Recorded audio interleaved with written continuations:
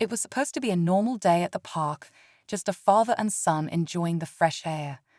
12-year-old Malik loved playing basketball, but with his asthma, he always kept his inhaler close.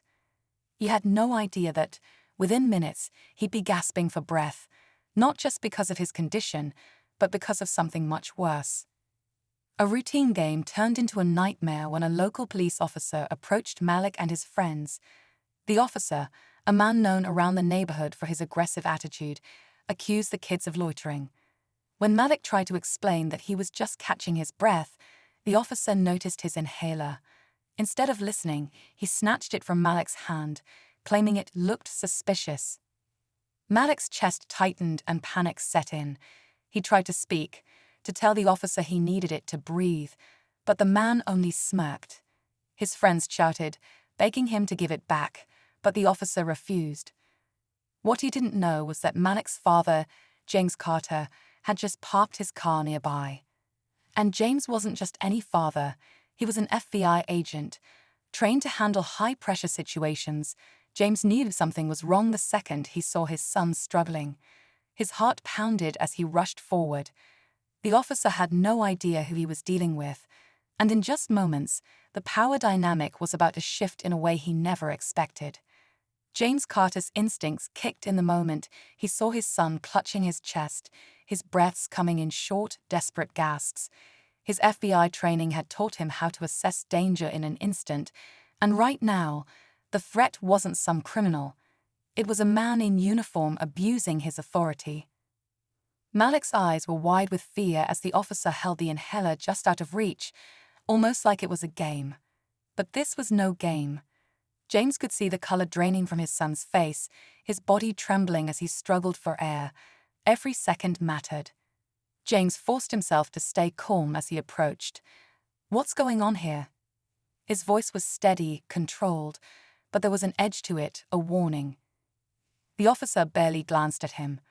This kid was acting suspicious.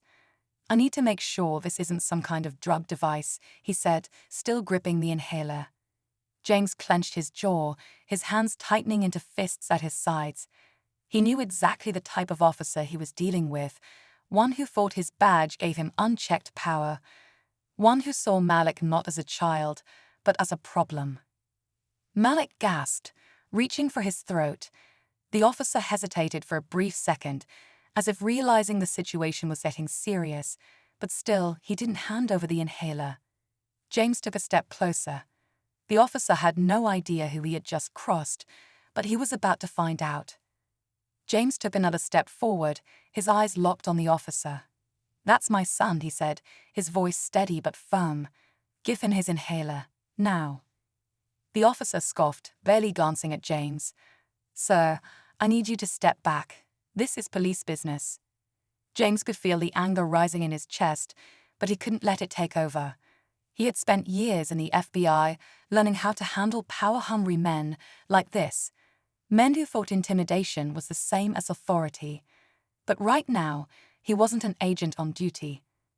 He was a father watching his child struggle for air, and that changed everything. Malik's knees buckled, his body swaying as he clutched his chest. His friends were shouting now, pleading with the officer to give back the inhaler, but he ignored them. For a brief moment, a flicker of doubt crossed his face, like he was realizing this had gone too far. But instead of correcting his mistake, he doubled down.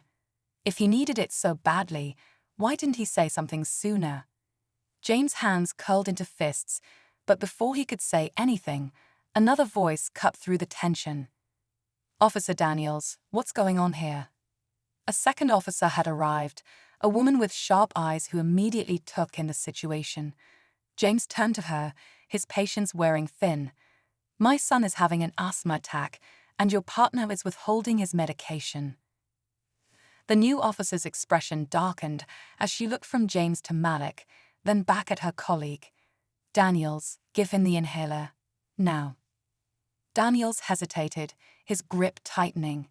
He wasn't just holding onto the inhaler anymore, he was holding onto control, and he wasn't ready to let go. Malik's breaths were coming in shallow, wheezing gasps now. His hands clutched his chest, his eyes wide with panic. James could see the fear in them, and it made his blood boil. Every second that passed without that inhaler was another second closer to disaster. Officer Daniels still wasn't backing down. His jaw was tight, his grit firm. It wasn't just about the inhaler anymore. James could see it in his eyes. This was about control, about power, about proving he could do whatever he wanted, even if it meant putting a child's life at risk. James' heart pounded. He had to act fast. His training told him to de-escalate, but his instincts as a father screamed at him to do whatever it took to save his son. "Officer Daniels," James said, his voice dangerously low. "If my son passes out because of you, I promise you, this won't end well for you." Daniels scoffed, but there was a flicker of hesitation in his eyes. The other officer, the one who had just arrived, stepped in closer. "Daniels, give the boy his inhaler," she said again, her tone sharper now. Daniels' fingers twitched around the inhaler. He was losing control of the situation, and he knew it. His face twisted with frustration as he looked between James, the other officer, and Malik, who was now struggling to stay on his feet. A small crowd had gathered, watching the scene unfold. Phones were out, cameras recording. The weight of the moment was pressing down, but Daniels wasn't letting go. James took another step forward, his patience gone. "I'm only going to say this one more time." But before he could finish, Malik's body wobbled. His legs gave out. And then everything happened at once. James lunged forward as Malik's body collapsed, his arms catching his son just before he hit the ground. His pulse was weak, his breath barely there. James could feel his hands shaking as he held him close. His mind was racing. He had seen this before.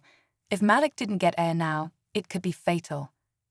The crowd gasped, voices rising in panic. Someone shouted for an ambulance. The female officer took a step toward Daniels, her expression shifting from frustration to something closer to disgust. "Are you out of your mind? Give him the inhaler." But Daniels still didn't move. His face was twisted, his grit on the inhaler like a vice. He looked at James, then at the cameras pointed at him, and for the first time, real fear flickered in his eyes. Not fear for Malik, but for himself. He had pushed too far, and now the whole world was watching. Then, out of nowhere, another voice cut through the chaos. "Officer Daniels, stand down." James turned his head sharply. A tall man in a dark suit had stepped forward from the crowd. His presence alone commanded attention. He moved with purpose, his badge flashing at his waist. FBI. James recognized him immediately. Agent Holloway, Internal Affairs. Daniel's face went pale. His fingers twitched around the inhaler like he was still deciding whether to fight or fold. But James wasn't waiting anymore. He reached out, fast as lightning, grabbing Daniel's wrist with a force that sent a clear message. This was over. The whole crowd fell silent, everyone holding their breath. The power had shifted, but it wasn't clear yet who would break first. James tightened his grip on Daniel's wrist, his eyes burning with controlled fury. The officer flinched, his breath hitching as he realized he was no longer in control. The weight of the situation finally seemed to hit him. The cameras, the crowd, the FBI agent standing just feet away, watching his every move. Daniel's fingers twitched, his grip loosening ever so slightly. James didn't wait. With one swift motion, he pried the inhaler from the officer's hand, his heart pounding as he quickly brought it to Malik's lips. "Breathe, son. Just breathe." Malik's chest rose with effort as he inhaled the medicine. A tense silence hung in the air. The crowd, the officers, even Holloway, everyone was frozen watching. James held his son close, waiting. Then, after what felt like an eternity, Malik took a deeper breath, then another. His body shuddered, and color slowly returned to his face. Relief washed over James like a tidal wave. But just as the tension seemed to break, a voice from the crowd spoke up. That wasn't a mistake. He knew exactly what he was doing. James turned to see a woman holding up her phone, screen still recording. "This officer has a history," she continued. "This isn't the first time." Agent Holloway stepped forward, his face unreadable. "Is that true, Daniels?" Daniels swallowed hard, his silence saying more than words ever could. James stood up, his jaw tight. This wasn't over. Not yet. Daniels didn't say a word. His face was tense, his eyes darting between James, Agent Holloway, and the growing number of witnesses capturing every second. He knew it was over. Agent Holloway took out his phone. "I'll be requesting an internal review immediately," he said, his voice cold and professional. "Daniels, hand over your badge and weapon." The officer stiffened, his pride clashing with the reality of the situation.